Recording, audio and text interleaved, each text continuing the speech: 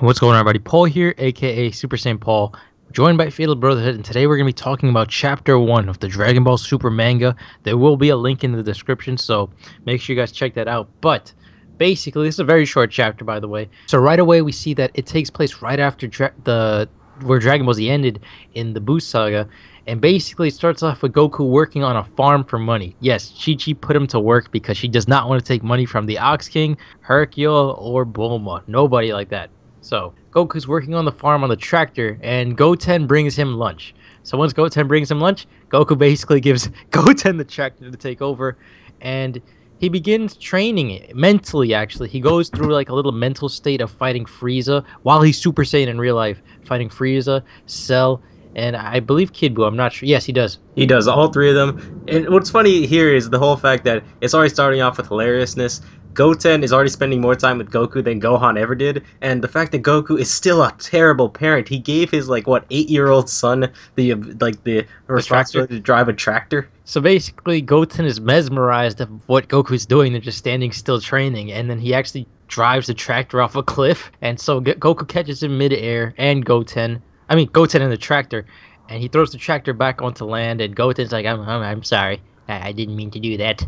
And yeah, they have a real bonding moment. All of a sudden, Hercule shows up in his flying hover car that Goku tried to get a license for. He shows up with a huge sum of money. He's going to pay Goku for what they did with the Majin Buu saga, and a lot of people are questioning this, but Hercule could have gotten paid within the months that they didn't wish for Majin Buu's memory to be erased from everyone. A lot of people were worrying about that simply because they were like, wait, isn't everybody supposed to forget about Majin Buu? Well, there was 4 months in between where Hercule could have been there to collect. Now, after that, we go into a part of this manga that really screws up the timeline, because we see Beerus and Whis. So basically, they're on another planet, and these guys look very evil, the inhabitants.